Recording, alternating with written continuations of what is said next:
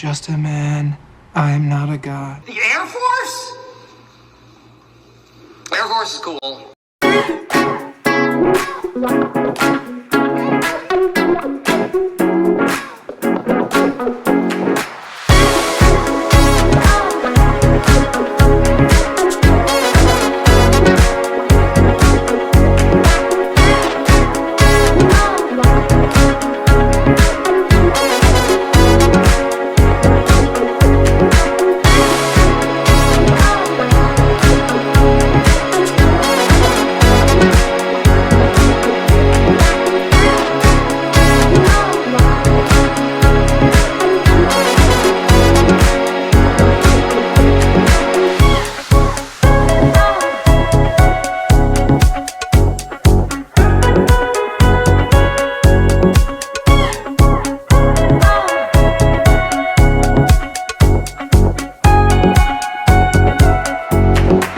Welcome back into episode 303 of The Door Report. I am Will Byrum, joined as always by my not sniffling co-host, Trevor Hulan, a.k.a. Hack Squat, Jim Duggan. Here at The Door Report, we are presented by, did I say the date? Today is Tuesday, February 18th, 2025. Now you did. That's the part I forgot. I'm going to get to this in a second. Have a little bit of brain fog, but here at The Door Report, we are presented by 615 Collectibles. If you're into sports cards or sports memorabilia, check out 615 Collectibles on eBay. Their link is www.ebay.com/str/615collectibles, or you can find them by going to ebay.com and typing 615 Collectibles in the eBay search bar. Items include NFL team packs, graded cards, individual cards, and more. Shipping is always fast and free. Trevor, I said I have a little bit of brain fog.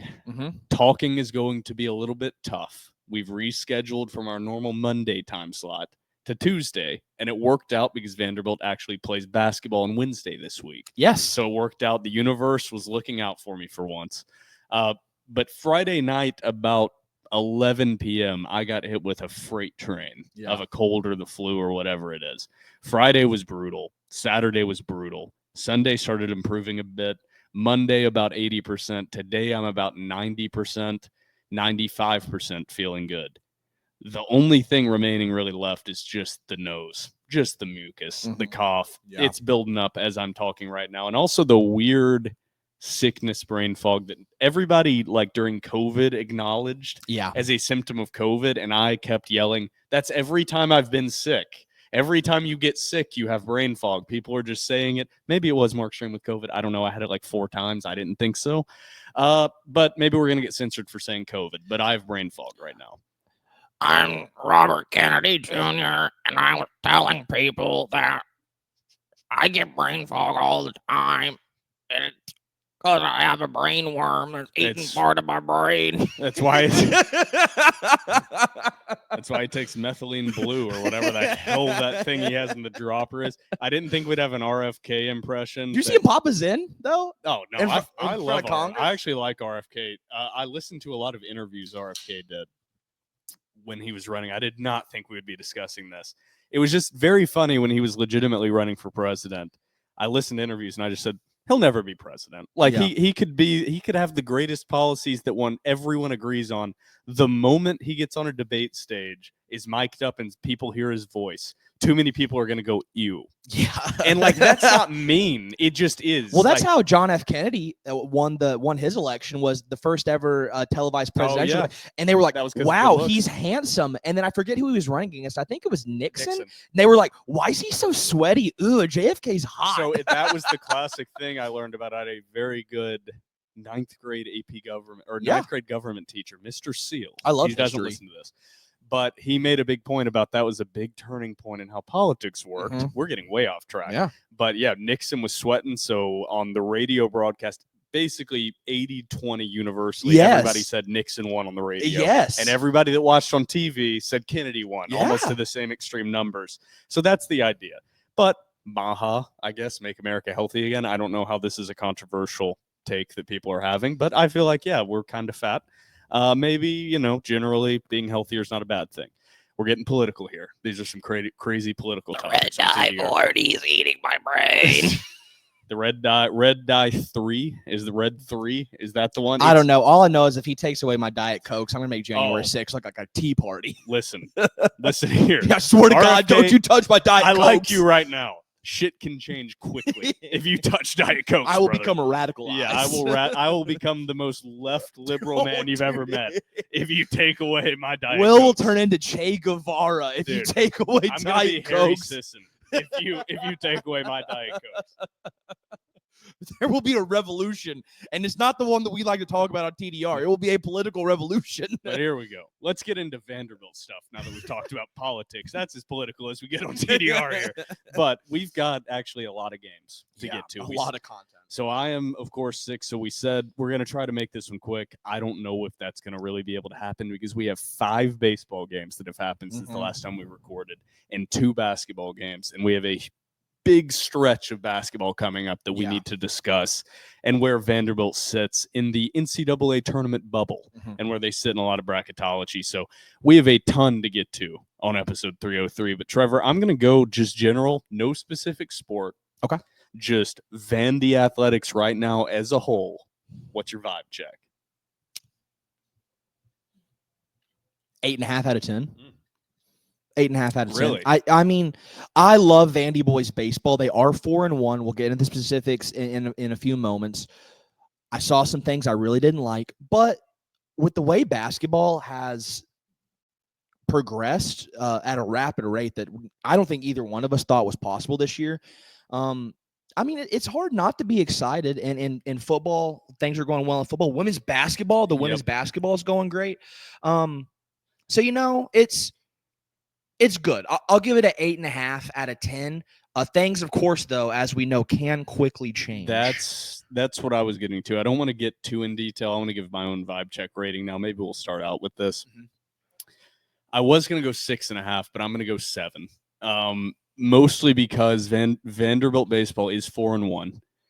That's not the primary reason. I would say my vibe on Vanderbilt baseball is like a 5 right now. I'm very low on Vanderbilt baseball. Very, very meh on what I've seen the first 5 games. Very meh. So I'm just giving it a 5. They're 4-1, but we'll get to that later. Yeah. Basketball, I'm high on, but things can change quickly. Vanderbilt has 6 games left. Truly need to win 2 to be in the legitimate conversation and probably get a spot. And Vanderbilt can easily lose all 6. Yeah. And so they missed a huge opportunity against Tennessee on Saturday. Huge opportunity missed, up 15 points against Tennessee and squandered that lead in the second half. So I can't go as high as an 8.5. If they hadn't blown a 15-point lead against Tennessee, I might be able to get there. But I'm going to go 7 because a name we have not mentioned, but I want to mention in the intro before we forget, Mikayla Blakes. Oh, my gosh. We don't talk a lot of women's basketball, but Vanderbilt has a bona fide superstar. Yeah. And I think because women's basketball, she doesn't have the exciting play style of a Caitlin Clark, okay? But she's put up 53 and 55 in one season. She re-broke her own record for an NCAA scoring record as a freshman. She's impressive. Yeah. I just want to shout her out early because she deserves to be shouted out. She is impressive. I agree. And I want to say, too, I was doing a little research. Everybody loves Caitlin Clark. I think Caitlin Clark did a lot for women's basketball. Caitlin Clark's all-time single-game high, 49 points. Mikayla Blakes as a freshman has already broken that twice. So it's time to start giving her some respect. What a treasure she is, man. Man, what a hooper. She is a hooper, and Vandy NIL is going to have to look at women's basketball because you're going to give her a bag. You're going to I didn't think I was going to utter those words, and it's very specific. We stated a lot with NIL that it was going to be very rare situations that anyone demanded high money outside of football and basketball. Even baseball's not big money for the most part. But this is a situation outside of those 2 sports that she's a star in South Carolina, in Tennessee, and LSU. Those schools are going to be after her. There is no doubt those schools are going to be after her because she is a star. But we have a lot to get to in episode 303. Before we get into all of that we've partially discussed, we are now a part of the Rivals Publisher Network. Visit www.vanderbilt.rivals.com today and subscribe to a monthly or annual subscription and support TDR. You can use code DOORREPORT, all capital letters, no spaces, for a 30-day, no-risk free trial. Please sign up. Please sign up. But also, don't forget to follow us on Twitter and Instagram at The Door Report. Like us on Facebook. Subscribe to our YouTube channel. Our podcast is available on iTunes, Spotify, YouTube, and Google Podcasts. And while you're at it, give our podcast 5 stars and a review on iTunes. It's now time for segment 1. Haven't had ass in 3 days. Water supply is going down. It's getting cold. Signing out now. Welcome back into segment 1 of episode 303 of The Door Report. Trevor, we're going to get to baseball first. So we were debating if we were going to go basketball or baseball first, but we're going to go baseball before the TDR cocktail break. And we're going to start out with our premium message board subscribers, our Vanderbilt.rivals.com premium subscribers. Please visit Vanderbilt.rivals.com and subscribe using code Door Report. All capital letters, no spaces, 30-day, no risk-free trial. I want to emphasize, because if you are a baseball fan and you're saying, there's been some baseball coverage from the Door Report, but I'm not seeing a ton of articles. Check out the message boards. There are game threads for every game. Alex Kurbagov does an incredible job on those. So if you want baseball coverage, join. I promise you will get baseball coverage. Yeah. So I just had to emphasize that. But before we get to questions, we have to address something that we have talked about on the board. So you have been primarily in communication regarding this. We talked about it openly on the past couple episodes that we were going to have credentials, press credentials for baseball season. Yes. And that those were going to be granted, and we were going to be requesting those for our baseball writer and current student at Vanderbilt, Alex Kurbagov. We tried to reach out. We're not going to give any personal information or anything like that, but we reached out to the baseball communications department, and were denied.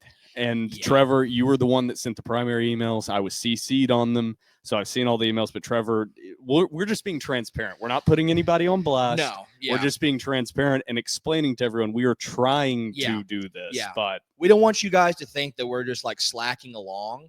We're putting forth the effort to get credentialed so that we can speak to players and Tim Corbin.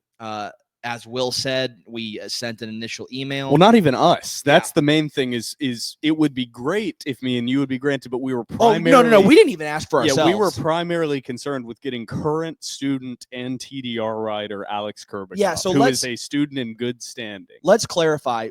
I did not ask for a media credential. Will did not ask for a media credential. We asked for one singular media credential for Alex. We will never be in booths because we understand that there is like a... We could be. I don't want to say never. I don't think I could. I might be. I'll say that. I don't think I could do it. But we asked on behalf of Alex. We were sent an email saying, literally all it said was, thank you for your email, but at this time we're going to decline. So we followed up. We asked, is there a reason? We were then sent an email with an explanation as to why, yada, yada, yada. We then followed up with an email asking if we could. Okay, I want to add in. So we're not go ahead. directly reading any emails or anything.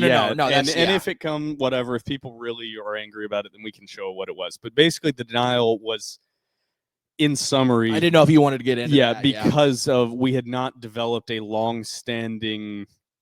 What did it even say? I wish I had the email in front of me. We had not developed a long-standing like media relationship, and they were open to sitting down and building a constructive relationship with us for media coverage in the future, and that space was limited and things along those lines. And we are not trying to create a combative situation. That's the last thing we want to do. So we brought in our alleged attorney, Blake Froming. Yeah. And he sent an email as well. Yeah. Well-crafted, saying he was a former Vanderbilt student athlete, saying these guys will conduct themselves professionally, saying he's personally willing to vouch for Alex and us. And we didn't receive a response. So in that email, they said that we would love to have a sit-down meeting. And so we responded, and we were like, hey, we would also love to have a sit-down meeting to discuss this. Let us know what time works for you. And it's been almost a week, and we haven't received a response yet.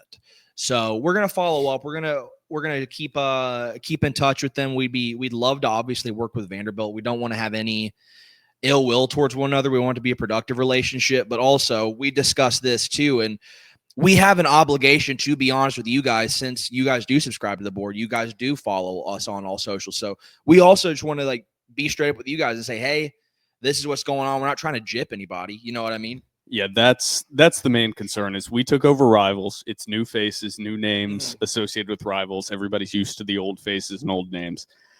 And that's the main concern. And so we've basically addressed what has happened. That's all we know. We're just awaiting a response. We're going to send a follow-up email probably tomorrow if we don't hear back.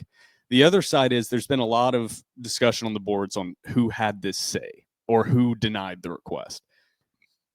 And I just want to go like publicly, fully state, I don't personally believe that Tim Corbin or Candace Storey Lee has anything to do with a decision like this. I don't think they are looking at individual media requests. I don't think any of that has anything to do with it. So I'm seeing a lot of attacks for Candace Storey Lee. I don't think that she has nothing to do with this. No. So we don't know exactly what the issue is. We've tried to make it abundantly clear that we are now the new publisher arm for Vanderbilt for Rivals. We have a history of covering Vanderbilt since 2020. Granted, we're shifting a lot more to article coverage now as well as the podcast because we have signed with Rivals. But it's not like we're some random people that have no relationships within Vanderbilt and are just brand new on the scene. No, yeah. And my question is, if somebody took over the Tennessean or if everybody at 24/7 left, would they give this same response to the newly hired person that took over that site? That's my question. I don't know. So I'm just a little confused by the response. We're now affiliated with a legitimate network. And so I don't understand what the issue is. But at the same time, I'm not privy to all that information and what goes on behind the scenes. So I don't know. It's an interesting choice right now from them. It's an interesting choice. Yeah. So we'll keep you guys posted. And even if we don't get credentials, we will 110% still be fully dedicated to giving baseball coverage, inside information. That will not stop us. So no need to worry. And we will, of course, keep the listeners posted. And yeah, hopefully something gets worked out. Yeah, that's all we have right now. Wish we had more communication or information, but that's where we're at. So baseball coverage is still going on. That doesn't stop us from watching the games, reporting on the games, giving our opinions. Nothing you have heard from TDR in past years is going to change. It's not like we had press passes and we've lost them. No. So we just wanted to gain another level of access for the listeners, for the subscribers to Rivals. Unfortunately, Vanderbilt's not working with us. So we will continue to work for everybody because they deserve inside coverage from Rivals. They just do. But getting into our premium board questions, because that was kind of a premium board question in a way. We had a whole thread about it with a shit ton of responses. So we're going to get into actual questions. Should I read out usernames or just? You can if you want. Yeah. So VandyJ23 says, okay, I have two separate questions here. Number one, did anyone get confirmation if Kerry said something to Ziegler to get that tag? No, I don't think so. I don't have any confirmation. However, number one answer to that, I guarantee he said something. Yeah. That's not my problem with the call. Is unless it was something so out of line, it does not justify throwing a ball at someone's torso and should not be a double tag. Yeah. That's my issue. Is if you've ever played basketball, literally basketball is constant shit talking. Constant. Even if you go play like the Y go or play something. at the Y, it is constant. So that does not justify any physical action. That should have been a single tech, whatever. Vanderbilt had a lot more issues in that game than just that individual tech, but that was a BS call. Yeah. He then asked number two, I didn't get to watch the baseball weekend, so I'm definitely not saying this, but my question is, if the VandyBoys missed the tourney this year, do you think fans will be calling for Corbin's job? And if so, would you both agree? It's a good question. That is a good question. I, last year, was told that I was very critical of Tim Corbin, and I was very critical of the VandyBoys program, where they stood. If Vanderbilt does not make a regional this year and they break the streak of making postseason play, I get it. He's had this incredible streak. He literally built Vanderbilt baseball from nothing, won 2 national titles. I think you would have to say, yeah, a change might be needed, because ever since we've seen this transition to NIL and the transfer portal, Vanderbilt it hasn't been a huge drop off, but like steadily Vanderbilt baseball has sort of like declined a little bit, and the next year declined a little bit, and the next year declined a little bit.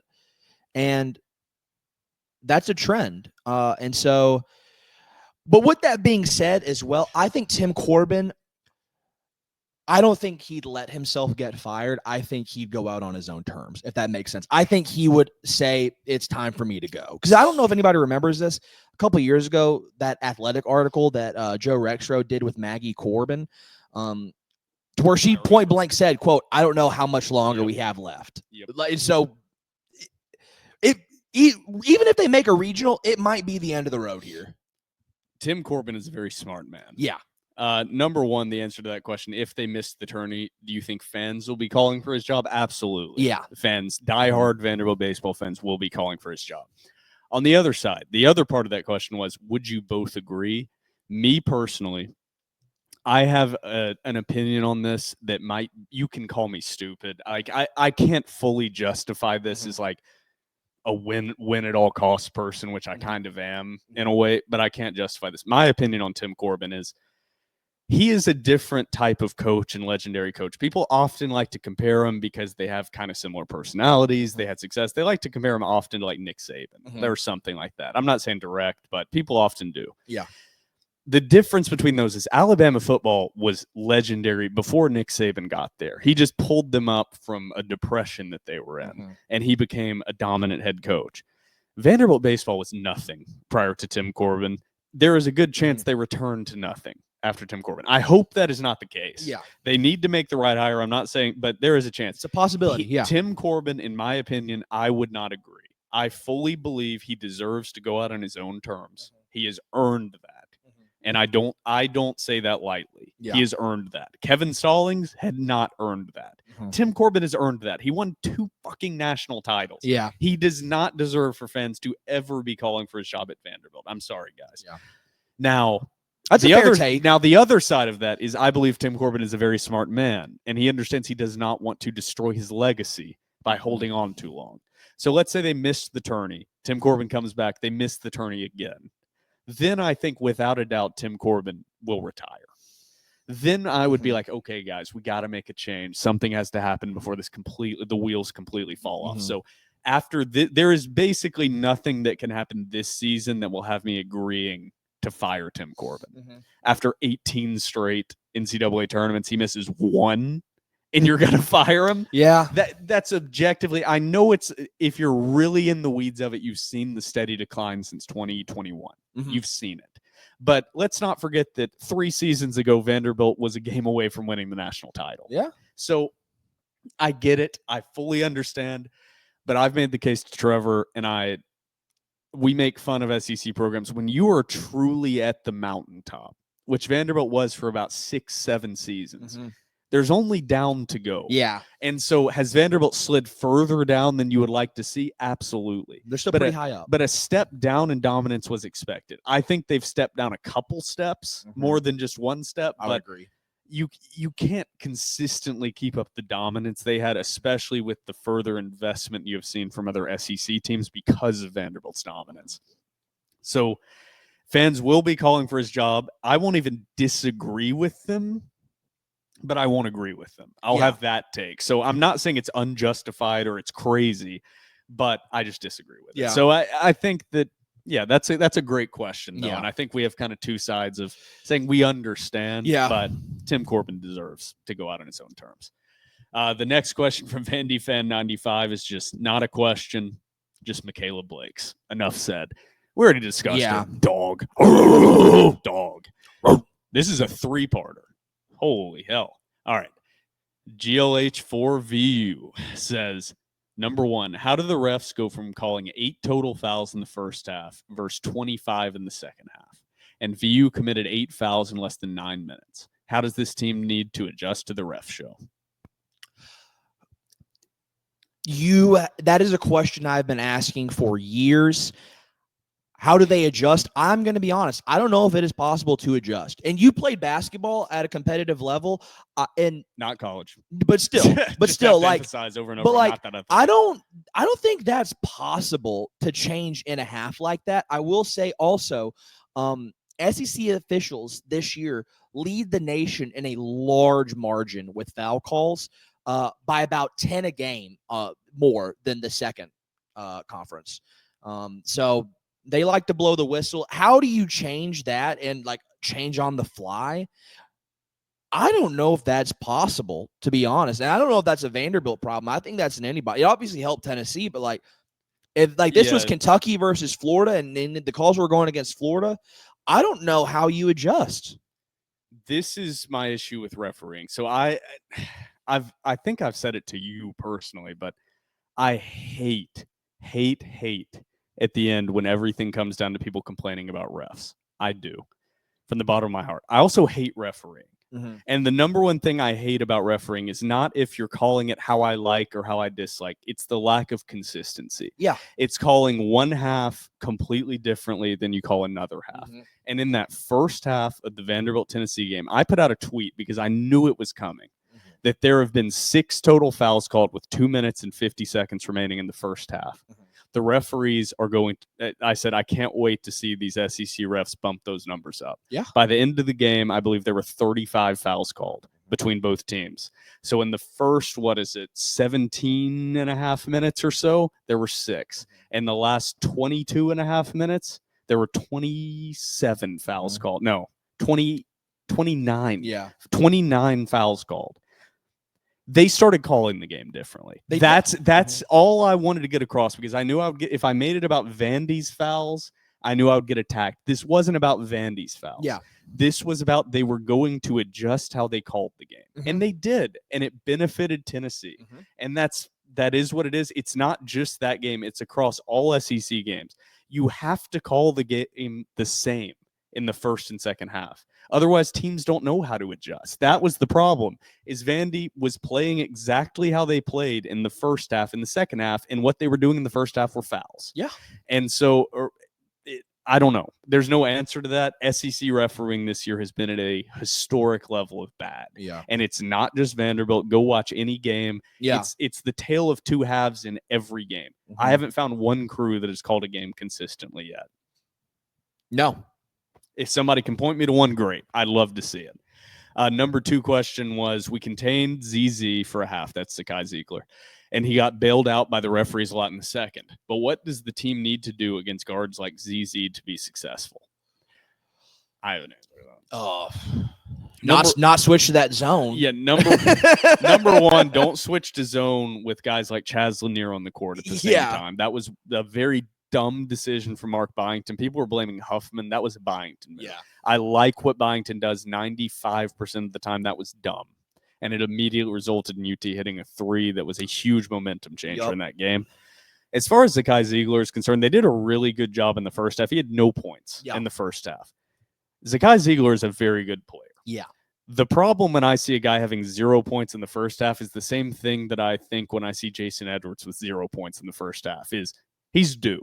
He's going to turn it on in the second. I do agree with that. Zakai is a really good player. In theory, Tyler Tanner is a really good guy to match up with Zakai Ziegler. Mm-hmm. He's just a really good player, and he's a senior. Yeah. And your guy that's your best defender as a guard is a freshman. Mm-hmm. And Jason Edwards is just not a good defender. As good of an offensive player as he is, he's not a good defender. Mm-hmm. So Ziegler's just a good player. Yeah. I don't think that there's not really another guard comparable to him in the SEC. Like he said, other guards like him. I don't think there's another guy like him. He's very experienced. He's very, very good in that offense. Yeah. And once he gets going, he's so quick and good at getting his shot and getting his angle. It's hard to stop him. I do agree. And I wish there was something that we could say, this is how we would stop Zakai Ziegler. I do agree. He's been playing SEC basketball for 4 years now. 4-year starter.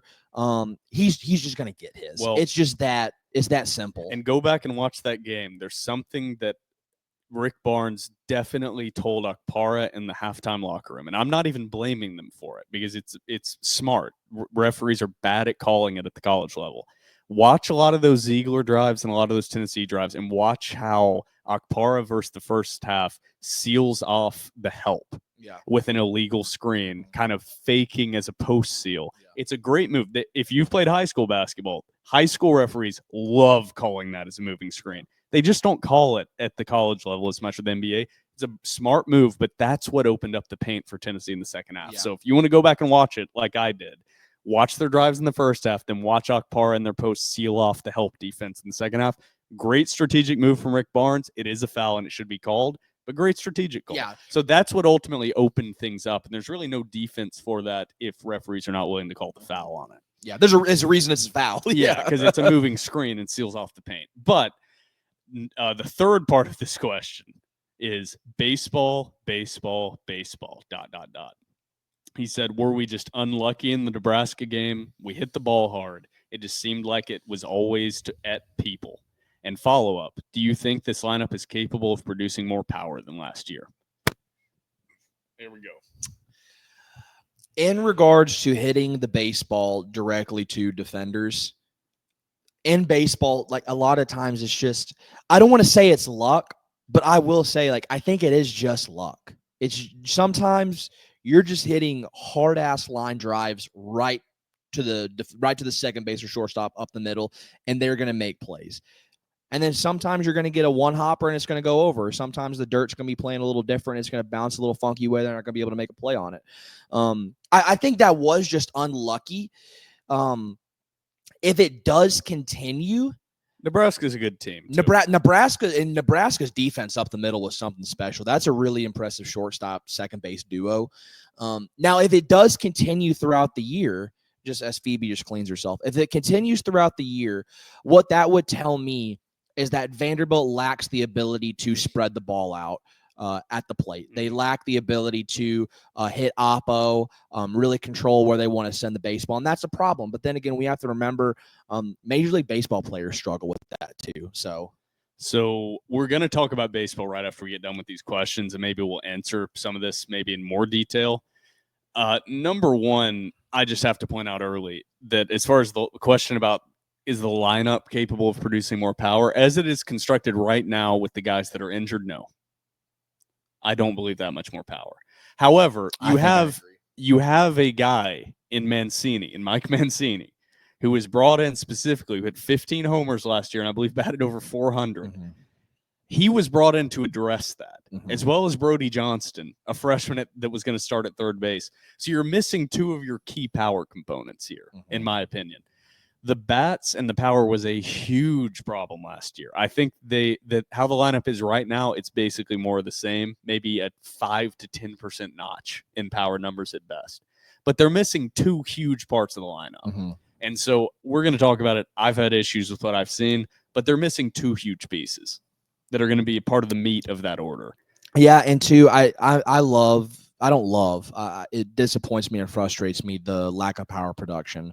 Yep. And I'm typically very critical. I think what we do need to remember and put into context is that Vanderbilt was playing in a Major League Baseball park this past weekend, spring training baseball park. So the dimensions are much bigger than it would be at the Hawk. And so a lot of those flyouts that Vanderbilt had would have been home runs at the Hawk. I think additionally, too, we do need to remember that cold weather does impact the physical makeup of a baseball. Baseballs do not fly in cold weather like they do in warm weather with the humidity and the wind. So I think we need to remember that. So I'm going to pause on the power a little bit. But with that being said, I'm with you in that if Braden Holcomb can't put it together and Jonathan Vastine keeps looking at the plate like he's looking, I think they even might take a step back from the power production they had last year, and it still wasn't great. So I've always been a proponent of park dimensions type stuff, crackerjack ballparks, things of that nature. Like there were a few hits in that Air Force Vanderbilt game over the last couple days that would have been home runs if Vanderbilt didn't have the green monster out in left field. So I'm always a proponent of, and when they get to Omaha, you start hitting in a major league park. Huge ballpark. The problem is I think people are a little sick of hearing that because all last year, a lot of, baseball guys talked about that. And the power translated last year to TD Ameritrade into Omaha. And so I get what you're saying, but I think that doesn't soothe Vanderbilt fans as much as it did in previous years. That's a fair take. Because they heard that all last year, and the power translated for a lot of these teams into postseason play. So, but they are missing two pieces. I'm going to put a pause. It is cold. And also I want to remind people, it's not just the ballpark. Vanderbilt was playing in the MLB Desert Invitational. They were playing much better competition. They were playing 3 teams that are going to be in postseason play. Yes, that's what I wanted to hit on more than anything is people hear Grand Canyon, people hear, UC Irvine. UC Irvine is a historical baseball powerhouse. And Vanderbilt beat them 9-8. People here in Nebraska are like, whatever, that's a tournament team. They won their conference last year. And Grand Canyon, I believe, beat correct me if I'm wrong. What's their record? I don't want to misstate something. Grand Canyon. This year? I know last year they went to the regional and beat I believe they beat in the regional before they got bounced Dallas Baptist, which is also a historic baseball program. Okay, yeah, this is what I was saying. I wanted to make sure I was correct. They also went on who Vanderbilt lost Austin Peay. Lost to Nebraska. They went on to beat Nebraska. Yeah. So Grand Canyon is not some scrub baseball team. Vanderbilt lost by 1, but this competition that they played at the Desert Invitational that I was getting at was good. Yeah, very, very good competition. Now, the part we're still in question is the part that's more concerning. Air Force is maybe not that good.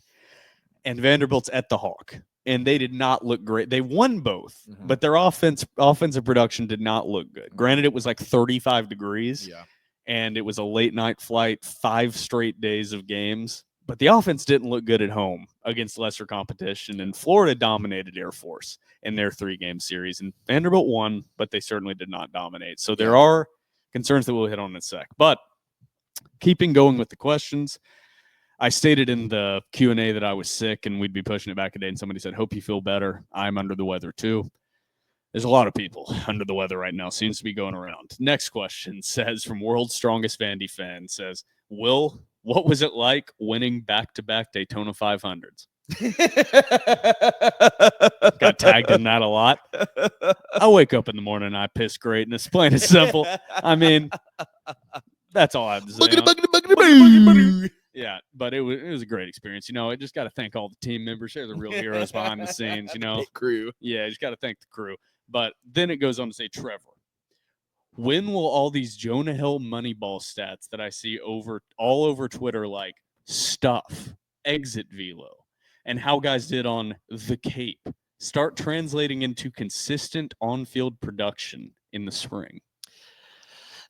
World's Strongest Vandy Fan, that is a great question. And as somebody, I'm sick of hearing about the damn Cape. Well, and as somebody who loves sabermetrics and advanced analytics, I legitimately have read Bill James' book. I think that it's really interesting stuff, and I think it can be utilized and has been utilized very well in baseball.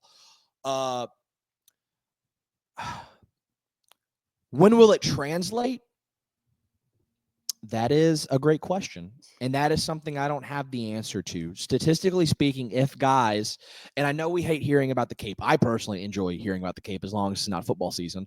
But if a guy's doing well in the Cape, and if a guy is putting up a nice batting average, nice slugging, nice OPS, then that is reason to believe that will translate to the college baseball season. Unfortunately, that has not been the case thus far. I know it's super early. It's literally the first week of the season. I think you just kind of got to give it time. I think baseball, unlike a lot of the other sports, I think is very, very psychological, in that if you go up to the plate and you have a bad AB, it can really ruin you for a couple ball games. I really do believe that. That's why in baseball, if you hit 30 out of 100, you're like a Hall of Fame player. You're like talked about as one of the greatest baseball players of all time. So it's just hard. And so I think give him a little bit of time. But if it doesn't progress, then I do think it's important to question, like, hey, why are they so good in the Cape, or why are they so good in fall ball, and they're not progressing into the regular season?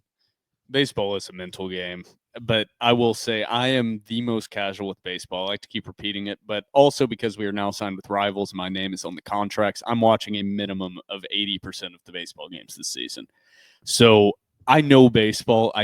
I'm not as, like, I have to more make myself watch, if that makes any sense to people listening. Like basketball and football, I'm watching no matter what.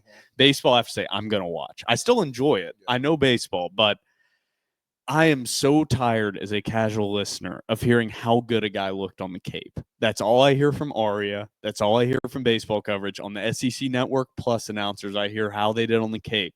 And then I look at their stats from last year, and they batted .229. and I look at their stats this year and they're 0 for 11, and I'm sick of hearing about the Cape. Okay, I want to see what they do with a Vanderbilt uniform on. Let's hear about that with metal bats, because I hate to tell you, if he showed power with wood bats, that's great, but they play with metal bats in college. That's awesome for the MLB if he showed power with wood bats. I don't give a shit. Well, if he shows power with wood bats, he should be showing double the power. But that's what I'm getting at, is like, that should be, and that's how people think of it. But for whatever reason, it's not translating like that. So that's my issue with it. Is like, I get the logic. I follow it 100%, and I agree with it. But it's not translating like that for Vanderbilt the last few years. We got to find out why. So I'm tired of hearing about that, and also the exit velo stuff. You put out some tweets about this. I love exit velo. Exit velo is a great example of, so it's not a great example. It's one of the examples because it is a good stat. Exit velo is a really good stat. But there's an old saying that there are 3 types of lies. There are lies, there are damn lies, and then there are statistics. And that is how I feel about a lot of the modern data that sports journalists are being fed and trying to analyze. Is I work in data. I am in data governance. My training is in finance, but I technically work in like data. People don't understand data. Like, that's great that exit velo shows this. It does correlate to more home runs, but launch angle is way more key than exit velo. And that's my big issue with all this, is like, everybody's focused on exit velo, exit velo, exit velo. It's like, yeah, you can ground out real hard. That's great. Are you hitting with the correct launch angle? And you went on that rant about it. It's another thing with like all these Ken Palm stats and all this. All of these individual stats can be bastardized and manipulated. And told and tell a story that's not really there.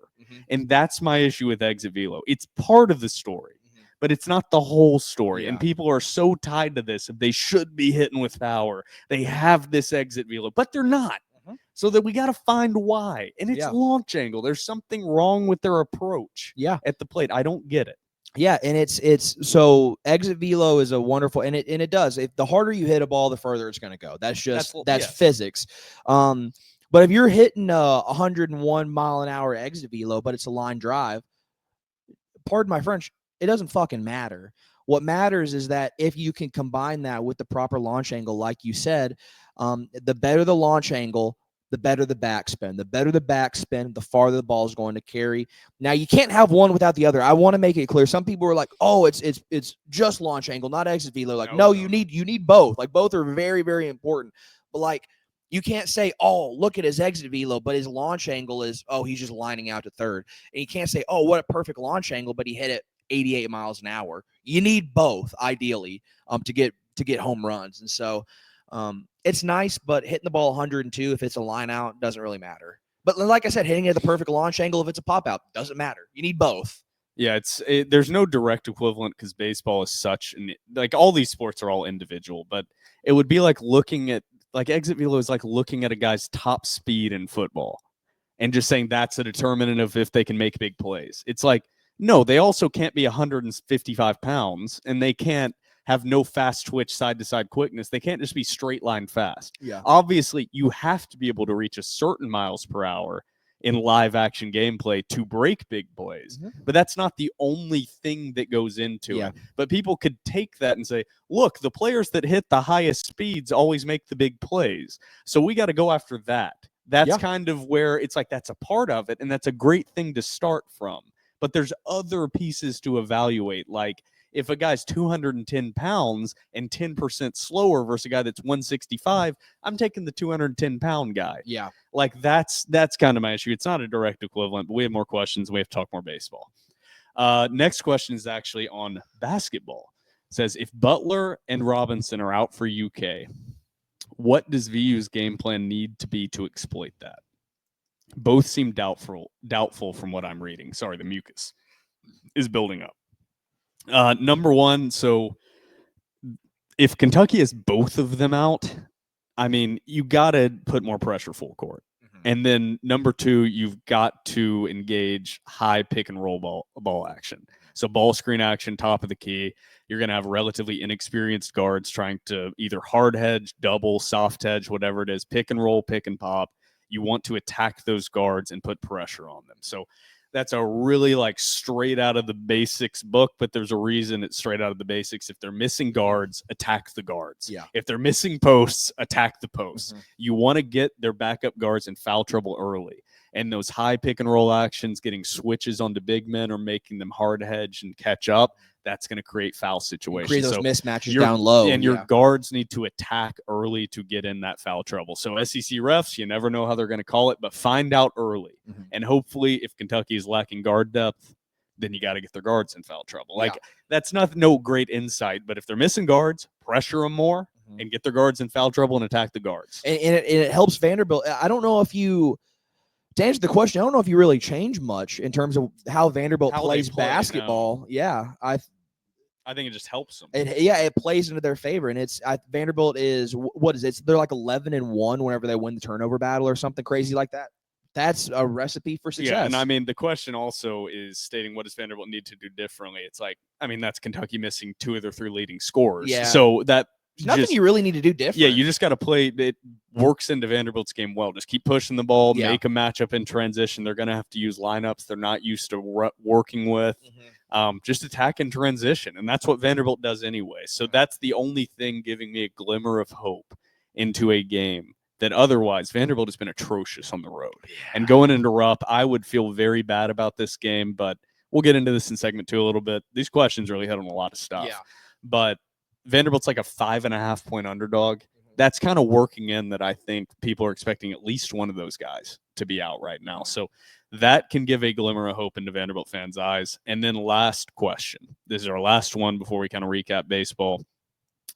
4 games in, how do you feel about the offense versus last season? I think we were a tad worse. Big expectations on Johnston to give them a boost. I mean, I literally said that earlier. I think Vanderbilt right now is taking a step back even from last year. So I agree. So as of right now. Yeah, I kind of agree. I think they're about equivalent of last year, but I am adding in that not just Johnston. I think Mancini is being overlooked. I think he was going to be a big piece of this lineup, would be batting. I don't know, Alex would be the guy to ask, but 5, 6, 7, somewhere in there. And that would be a big piece to add in. That's the kind of guy that Tennessee built their entire roster on last year, is Mancini. So I was very excited about him. He's going to be out till maybe SEC play starts. So it's going to be a while till you see him. But Johnston and Mancini are going to change the dynamics of this lineup. But yeah, as of right now, it's about the same, if not maybe 5% worse. Especially if Jonathan Vastine keeps that play. I said he's got. Yeah, I said it's somewhere in the 5. So I think I said earlier 5% better, 5 to 10% better. It's somewhere in between 5 to 10% better or worse as of right now. Maybe we can see something that ends up being better, but right now what I've seen, yuck. And let's get into what we've seen. Vanderbilt is 4-1. That is good. Yes. Vanderbilt started out the season with a win over Grand Canyon, 4-3. The starting pitcher was J.D. Thompson. Looked good. Game 2, Nebraska, a 6-4 loss. Ethan McIlvain was the starter. Not a great outing for McIlvain. Then a 9-8 victory to close out the MLB Desert Invitational over UC Irvine, 9-8. Starter was Cody Bowker, a transfer in from Georgetown. Yes. He looked really good. He did. I was very impressed with him, but what the big highlight of that game was the Grand Slam. Yeah. That was the big highlight. Mr. Nelson, O'Reilly Nelson got the Grand Slam and was awarded Phoebe's Phenomenal Player of the Game. Yeah, that's a big award.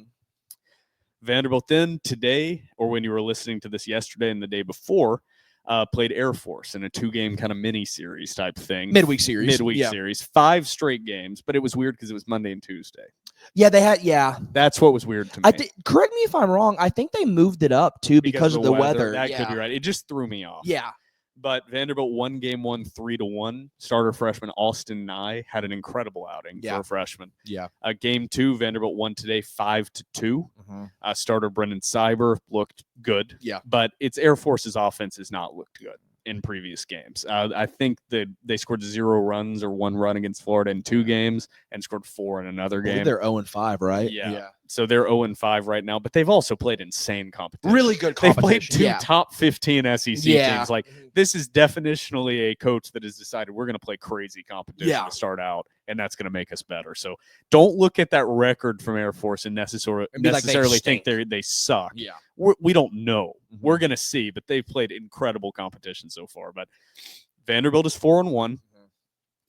The main problem, 4-1 sounds great. They could easily be 1-4 right now, and we could be talking about burning the whole thing down. Yeah.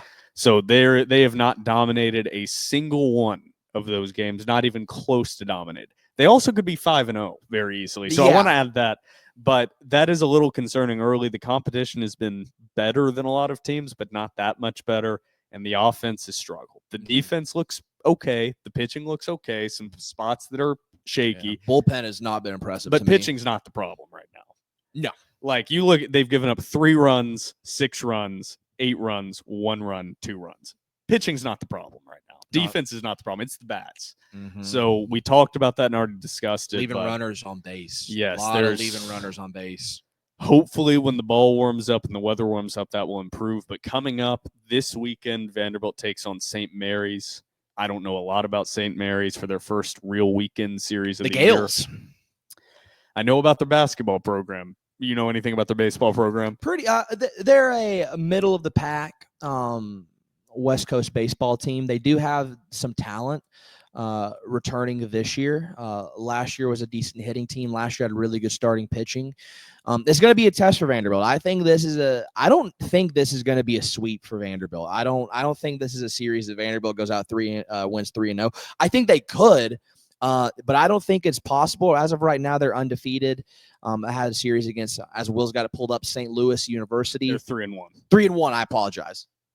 They had a loss in a doubleheader. Yeah. I think this is going to be a really interesting test for Vanderbilt because they're not up there with the GCUs, the Nebraskas, and the UC Irvines, but they're not Air Force either. They're a pretty talented ball club. My prediction, I don't know if we're going to get predictions. I think Vanderbilt probably takes the series 2-1. But I could see Vanderbilt dropping it 1-2. I think this is going to be a very interesting test for Vanderbilt moving forward. Sorry, I'm trying to look up. St. Mary's played UC Santa Barbara, and I cannot find the final score to that game because national coverage of baseball is atrocious. Yeah. And UC Santa Barbara was a top 25 team. So I really wanted to see how they fared, but I can't find the slugs. I can't find it. Why can I not find the score? They don't want to discuss college baseball. It's like it's like what Chad Withrow said, where nobody cares about college baseball, and then Tennessee became good, and he's like, everybody loves college baseball. It's the biggest growing sport in America. Everybody loves it. Oh wow! St. Mary's is in the bottom of the 5th right now against UC Santa Barbara, up 5-0 over number 21 UC Santa Barbara. Impressive. So St. Mary's seems to be a good ball club. It's going to be a tough challenge coming in. Like you said, I think I'm going to go with you. 2-1 series win. If they lose this series, we're going to have some long discussions about what this season is going to look like. But this is a good test early. I think, let me double check. I believe last year, St. Mary's as a team was 35-22, 17-8 in the West Coast Conference, tied with third with Gonzaga. Not a great deal of power out there. But last year's a team hit 296, 397, 527 slash line, 103 home runs. Will that play into effect? I don't know, but that's a good slash line for a team. Yeah, so that's all we have on what we have seen so far. I'm going to get to the stats here and just read through these really quickly before we go to the TDR cocktail break. Right now, Rustin Rigdon's knocking the cover off the ball. He's hitting 467. Rusty Rigatoni Romano. Slugging 600. He's a freshman. He looks incredible so far. 2 for 2 on stolen base attempts. Jacob Humphrey hitting 455. RJ Austin hitting 391 with a home run. Also 2 for 2 on stolen base attempts, just like Jacob Humphrey. Yeah.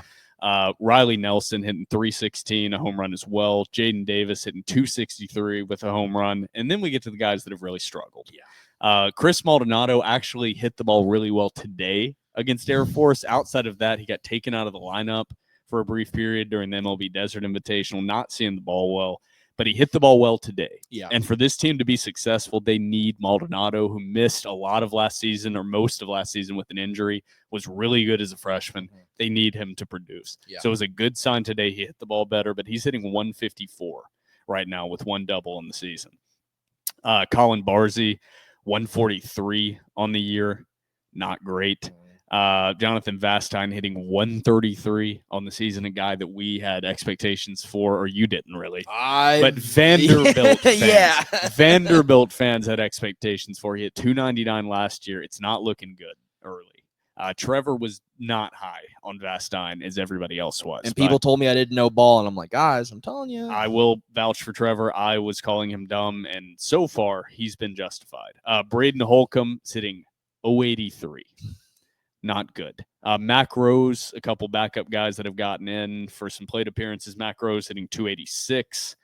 And then we have J.D. Rogers hitting 273 with a home run as well. Showed some good pop on that one. R.J. Hamilton stepped in as a pinch runner and got thrown out at second. Yeah. So not a great first appearance for him. Or it's not his first appearance, but one of his first appearances. And then we already went over the guys that have pitched. So reading the ERAs and stuff is really pointless at this point because they've had like one appearance. Yeah. So that's where baseball sits. They're 4-1. They're number 15 in the country. There are concerns, but we're going to learn a lot more about this team as they continue to play. And just keep in mind they're missing two key pieces to the 9-person lineup. I know that that's not making excuses. Two guys don't change everything. But Mancini and Johnston are big pieces to be missing, guys. That's like missing a couple pieces out of your starting lineup in basketball. It's a big deal.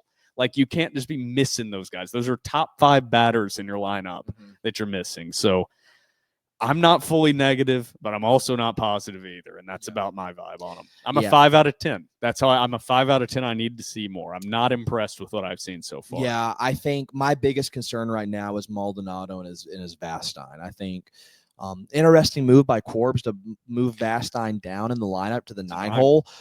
I like the idea. I think if that bottom of the lineup can produce, then this Vanderbilt team can be scary. Like if that 7-8 9 guys can produce and get on base with the way that the top of the lineup is producing right now, especially RJ Austin, he can bring those guys home.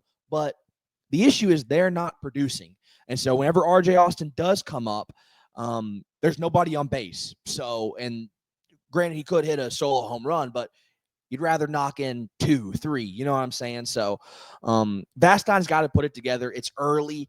His approach to the plate he's not seeing the ball well. He's just not seeing the ball well. Everything that's low and away, he swings at is just, I don't know what's going on. I don't know if he's not being able to read pitch as well, but it was one of my big critiques last year is that his discipline at the plate is very disappointing for me personally, as a guy who's been playing college baseball as long as he has. This is going to be a lot more baseball discussion as TDR rolls on through 2025. That's enough baseball for episode 303. We are going to go to a TDR cocktail break, and then we are going to come back and discuss Vanderbilt basketball. So we're already how long into this episode? Over an hour into this episode. So we will see how long we discuss basketball. We have a lot to talk about, but everybody out there, grab yourself a cold one or a warm one, because there's a chance there is snow on the ground right now when you are listening to this. But we will be right back after the TDR cocktail break.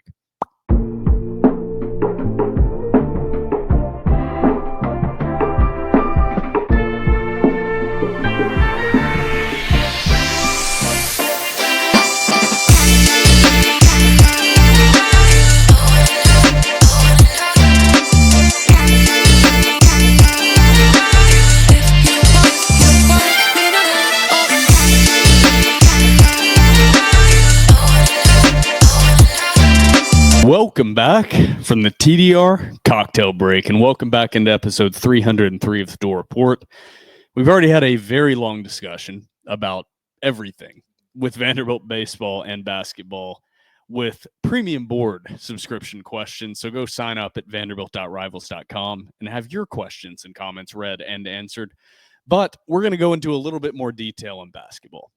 I do apologize. Right now, I'm feeling like I'm living in a bubble. My ears are just full. Everything sounds very weird. Just full of liquid. Yeah, I blew my nose in between segment 1 and segment 2. That was a big mistake. I feel very weird right now. But like you're on an airplane. Something like that, yes. And I cannot pop my ears right now. But Vanderbilt had 2 games since we last recorded, both against top 5 opponents. Number 1 was at home against number 1 Auburn. Vanderbilt lost 80-68. 34-32 at halftime. A good effort from the Commodores. Truly, I don't like using this word, but it's true, outclassed Auburn's just better than Vanderbilt this year. Their players are better. It is what it is. Yeah. Auburn, in my opinion, Auburn and Alabama are on another tier from every other team in the SEC. I do agree with that. We have been stating that. Me and Trevor have been stating that since before SEC play started, I think. But they are.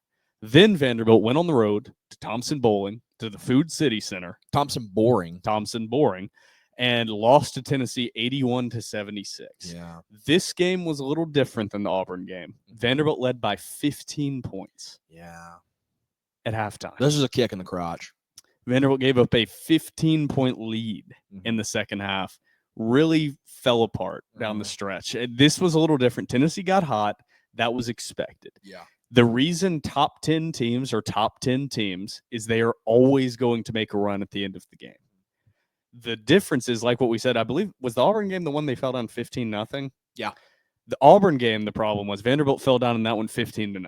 That was an ugly start. And the problem is when you are playing a team that is a top 10 team and you give them a 15-0 head start, you come back, fight your way back. That team is inevitably going to make a run in the second half. Yeah.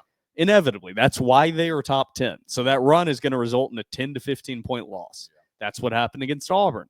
Vanderbilt built up that 15-point lead against Tennessee. You knew the run was coming. The run came. Vanderbilt didn't respond. No. And that was a huge missed opportunity. That's the best way I can phrase it. It's not a loss that destroys your season. It's not a loss that ends your tournament hopes. That was an opportunity to sneak in one of those SEC wins you needed against a top-tier opponent that would have everything but guaranteed you a spot in the that NCAA gave you a tournament. lot of breathing room. That would have given you a ton of breathing room going into the final 6 games of the regular season. Vanderbilt did not afford themselves that breathing room, and it's the first time this year I can really say that Vanderbilt did that. Yeah. And I think that's a great thing to say under a first-year head coach, but it's the first time they had an opportunity. It's not saying the first time they came out and had a bad performance, but it's the first time I looked at a game, they had an opportunity. It was right in front of them during the game, and they just couldn't pull it out during the stretch.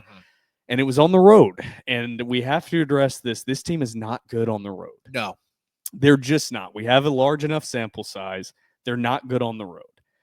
And that does not bode well for what they have upcoming on the schedule, because upcoming, should I even read through the box scores of those games? Can if you we want. can, yeah. I can read through the box scores. People probably do want to hear that. The Auburn game. Let me get the box score pulled up. I already have the Tennessee one pulled up, but want to go in order.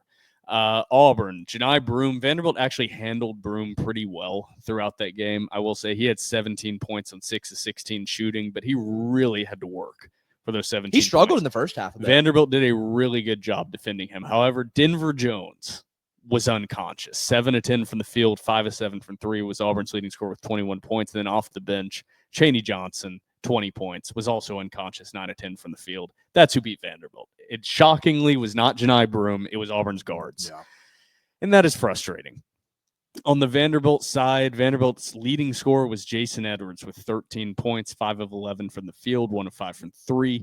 A.J. Hoggard had 10, 3 of 11 from the field, 3 turnovers. Devin McLaughlin had 10 points, 4 of 8 from the field. Jalen Carey had 8. You need to see him have more points. He was 4 of 7 from the field. MJ Collins Jr. actually had a pretty good game, hit some key buckets to keep Vanderbilt relatively close in it, had 8 points, 4 of 7 from the field. But overall, just Vanderbilt got beat. Just crumple that one up, in my opinion, throw it away. Yeah. That is not how I feel about the next game.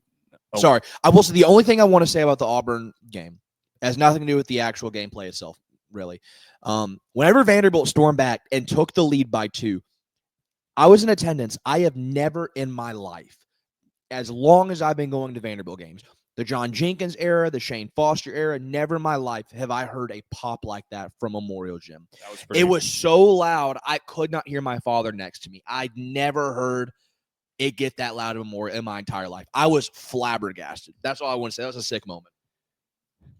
Yeah, that game was one that they just got beat. So that's what I want. But yeah, Memorial on TV sounded really good as well. Dude, it was so loud.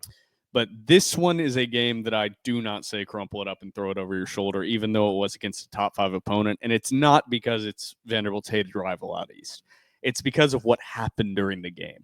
So obviously, there's always extra eyes on the Vanderbilt-Tennessee game, traditional rivalry, of course. But this game represented a little bit more to me in a way. Vanderbilt really dominated that first half, man. They were quicker to the ball.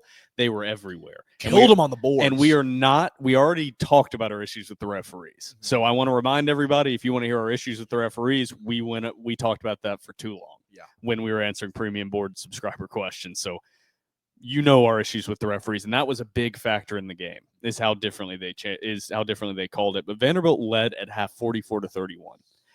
And Vanderbilt was quicker to the ball. It looks like Tennessee. It didn't even look like Tennessee was sleepwalking. It looked like Vanderbilt was playing it fast forward. Yeah, it looked like they were slow. It looked like Vanderbilt was playing fast. Yeah. And in the second half, it was the complete opposite. And that's the best way I can describe it. I think it was good adjustments by Rick Barnes, but it was refereeing.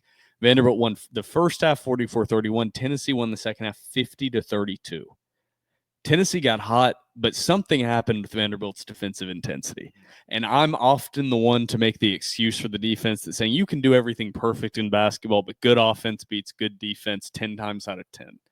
But this was not that. There were instances of, Tennessee hit some tough shots, but the defensive intensity, I don't know what happened in that second half. The number one thing I can point to is foul trouble. That's what I was going to say. I didn't want to complain about the refs, but Vanderbilt got in foul trouble. Vanderbilt had 9 fouls in the first 8 to 9 minutes. Tennessee was in the bonus from the 15 or 14-minute mark of the second half. Had both of your bigs foul and out. Both Jalen Carey and Devin McLaughlin were in severe foul trouble and fouled out during the game.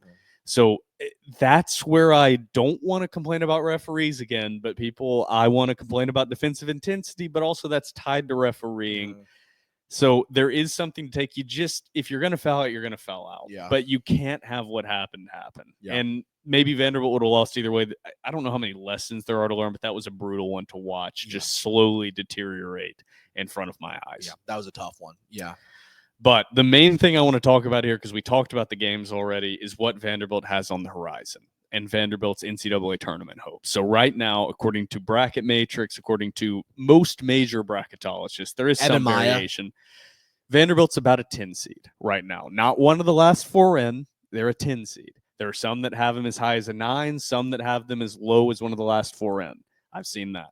All that is banking on the fact that Vanderbilt is going to win at least 2 of their last 6 games, I believe. Yeah. And they're evaluating that based on their resume right now. Yeah, based on the projected results. But Vanderbilt has to win 2 of their last 6. So you look at what they have on the horizon. They have 3 home games, 3 away games. They have away coming up tomorrow/tonight when you were listening, Kentucky. Yeah. We discussed that one, potentially 2 of their best guards out, 2 of their 3 leading scorers, but it's Kentucky at Rupp. Yeah. Vanderbilt has not been good on the road. I don't want to say chalk it up as a loss, but in your scenario, put it in as a loss. If you're crunching numbers, you're like the probability of this being a loss it's higher than being a win. Yeah. So then Vanderbilt less than 3 standard deviations away. So if Vanderbilt loses this game to Kentucky, which we expect that to happen, I don't want it to happen, but that's what I expect to happen. Yeah. Miller actually predicted a win in his write-up. No, he doesn't predict wins as much as you think. He's not just an auto win projector. Really? No. I feel like anytime we play Kentucky, he's like, we're going to win, guys. Well, he did say that against Auburn. But he was right about Kentucky the first time. I feel like whenever he was like, we're going to win against Auburn, I was like, Miller, just stop. And then they pulled it in. And I was like, he might be honest. He might have his thumb on the pulse of Vanderbilt basketball. But Kentucky, if they win, it changes the scenario. But then Vanderbilt on Saturday hosts Ole Miss. Ole Miss is a top 25 team. I believe they're number 19 right now. And in KenPom, they are currently number 24. Ole Miss is a damn good basketball team, but that's one you have to look at as a potentially winnable game. Malik Diaz return home. And if you don't win that one, you set yourself up in a tough spot with the remaining schedule. Like I said, you need 2 wins, and that will put you in the legit conversation. But it will depend on what happens around you. I want to ask you this, since we're discussing the future games. This stretch of Vanderbilt basketball is the most important stretch of Vanderbilt basketball in how long? Okay, this is a tough question. The most exciting in how long is different than most important. No, I'm saying most important. I just don't believe it has long-term importance on the trajectory of the program. I think it can accelerate the growth, but I won't put it that high. Like, Okay, then let's switch it. Let's go exciting. Exciting, the most we've seen since the Kevin Stallings, Matthew Fisher Davis days, or pre-season starting with Darius Garland, Aaron Nesmith, and Simi Shit too, before the injury. I mean, we haven't actually experienced legitimate excitement around this program. You could maybe say the stretch they had when Vanderbilt beat Auburn on a buzzer beater. With It's been almost a decade. But that was very tertiary, very edge of the bubble. These are legit a last 6-game stretch that will decide if Vanderbilt gets into the tournament. Yeah.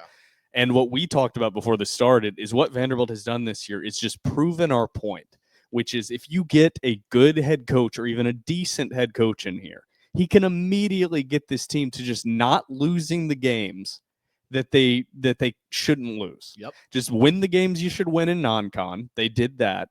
And then even if they had lost to Kentucky and Tennessee at home, let's remove those. Yeah. Just win some SEC games you should win, and that should be the floor.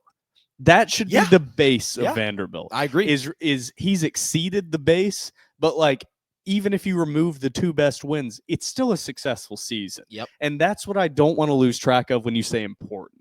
Is they've already done what was important, is prove that Vanderbilt fans were not foolish to think we should expect better. Okay, that's a good way to look at it. And I agree. That's a great way to look at it. Vanderbilt can move, deserve, and they are a legit SEC basketball team. Yeah. And right now, I think the media perspective on Vanderbilt basketball is they are 100% without a doubt moving in the right direction under Mark Byington. And that's all I was looking for to start the year. I'm not one to move goalposts in either direction. I wasn't moving my goalpost for Jerry last year. I'm not moving them for Mark Byington because he's been better than I expected either. Yeah. So important and excited are different for me. Well, then let's go excited. It's been almost a decade. We're into the last 6-game stretch, and it matters. And that's incredible. We only had one of those experiences in 5 years with Jerry Stackhouse, and it really didn't matter. Could you imagine if we could time travel back to whenever we were discussing preseason basketball and a future one of us visited past one of us was like, hey, so we're actually from February 2025. This is going on with Vanderbilt basketball right now. Would you say you're a liar? I would. I'd be like, you're a liar. Yeah. I'd be like, you were a figment of my imagination. That is what I will say. We talked about this last episode. I don't know if I'd say you're a liar. I'd say, holy shit. Really? I'd be like, that was my ceiling. I almost would be like, I think you're a liar. That was my beginning of the year and season ceiling was where they are right now. Now, if they lose out, that's fallen below. But I thought ceiling was they could be a 9 or 10 seed, and they're hitting where I thought they could be at a ceiling. So getting to the rest of the game. So I talked about Ole Miss. If they lose to Kentucky, that Ole Miss game is key. Yeah. Then you travel on the road to number 7 Texas A&M. Brutal. They're number 13 in Ken Palm. That's brutal. I don't want to say chalk it up. Likely a loss. That's a tough-ass ball game. So right there, that's probably a loss. Then you go to play Missouri. What is Missouri ranked right now? They're still top 25. Yeah, Missouri is number 15 in the country. And that game, is that on the road or away? That is here. So Missouri is at home. Should be at least. Correct me if I'm wrong, but it definitely should be a home game. Yes, a home game against Missouri, number 19. I'm going to say likely Vanderbilt is not going to be a favorite in that game. That's a tough one. But if you lose to Ole Miss, then you kind of need that one. You need it. So you got to win, in my opinion. You got to win one of Ole Miss or Missouri. You can lose to both Kentucky and A&M. But then we get to the 2 most important games remaining on the schedule. Mm-hmm. You have Arkansas at home, a team that is trending in the right direction, but a game at home, if you want to be an NCAA tournament team, you have to win. Yep. 9 p.m. tip-off. And then you go on the road against probably the 3rd worst team in the SEC. Is that about right? South Carolina, LSU. Yeah, I probably would. Yeah. And historically has not been good in Georgia, but it's on the road. So this season, unless they win games I don't expect them to win. So if they beat Kentucky or if they beat A&M or if they beat Missouri and Ole Miss or something, then throw this out. But this Georgia game is going to decide whether they make the tournament or not, in my opinion, or it could be the deciding factor if we are sweating on Selection Sunday or if we were just saying, where are we going to land? Yeah. Or if we're sweating the tournament, the SEC tournament. Yeah, because 7-11, in my opinion, is going to have you right on the bubble, and there's too much that's going to happen that I can decidedly say whether Vanderbilt's going to be in or not. Yeah. I think that puts you in a very precarious situation. 8 wins, which means going 3-3 down the stretch, you're in. I think you're a lock. It's a blood bank guarantee. So I'm not saying that I won't be mad or I won't go on rants if Vanderbilt wins 2 out of these last 6 and they're 7-11 and get left out. I'm not saying I won't get mad, but I'm saying at the end of that discussion, you can firmly look yourself in the mirror and say, we had to go 3-3 down the stretch and we went 2-4. You can fully blame yourself. Yeah. So I'm not saying I won't be ranting in 3 or 4 episodes about Vanderbilt not making it, but at the same time, I will end that rant with, they had the opportunity in front of them and they blew it. So this is the most important stretch. I cannot wait to tune in tomorrow. Vanderbilt fans need to be tuned in. Yeah, and I'll say this too. I know that Tennessee game was a very disappointing game. Like I said, kick in the crotch, but it could have been a game that afforded you breathing room. I feel the same way about Kentucky and Ole Miss. I don't know if I actually feel that way about Ole Miss. Call me crazy. I'm sort of viewing that Ole Miss game as like, I think you got to win this. If you beat Kentucky though tomorrow, that affords you some breathing room. The only 2 that I would say are breathing room games are Kentucky and A&M. Yeah. Those are the 2 that you can look at and say, though, if you win either of those, that offers you breathing room. I agree. I can't explain it. I cannot explain it. But just how I'm feeling about the Ole Miss game, that feels like a must win. It's home. It feels like a must win. And I've watched them. They're not that far like metrics away from each other or rankings, but I've watched them. I think Missouri is better than Ole Miss. And so there's not really anything I can say outside of watch them. And I think Missouri's a better team. Both are at home, but you have to win one of the 2. That's how I feel about it. We also need to note a little trend. Vanderbilt this season is 2-0 whenever going up against former Vanderbilt basketball players. Really? So Malik Presley and Lee Dort won both those games. Not Malik Dia, Lee Dort and Malik Presley. Malik Presley. And then Mr. Dia comes to town on Saturday. So there's one more stat before we close out episode 303 that I had written down that I almost forgot to bring up because I can't get my tabs to display correctly. Vanderbilt, I have complained on the boards, not as much on Twitter, about tightening up the rotation. And Vanderbilt is playing a lot of bench minutes. And at the beginning, it was basically centered around Tyler Tanner and Grant Huffman. And it's been misconstrued. I think Huffman, how he's playing, does not need the minutes. And Tanner deserves the minutes. However, both of them are receiving too many minutes. Vanderbilt right now nationally is 32nd in the country in bench minutes. And Vanderbilt doesn't have depth. That's my problem with that stat. Typically, you will see teams ranked in the top 50 in bench minutes that have incredible depth or have a real lack of starter star power.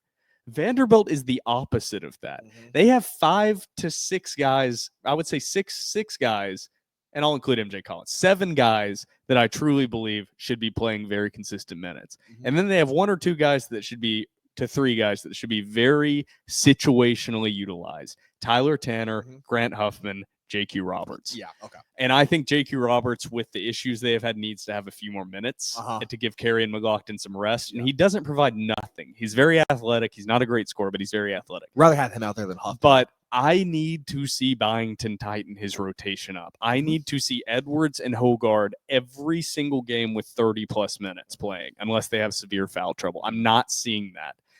That is a little bit of carryover from non-high major coaching. Oftentimes, they don't restrict their bench play quite as much as high major guys. So that's my only issue with Byington, or only issues has been the switch to the zone against Tennessee.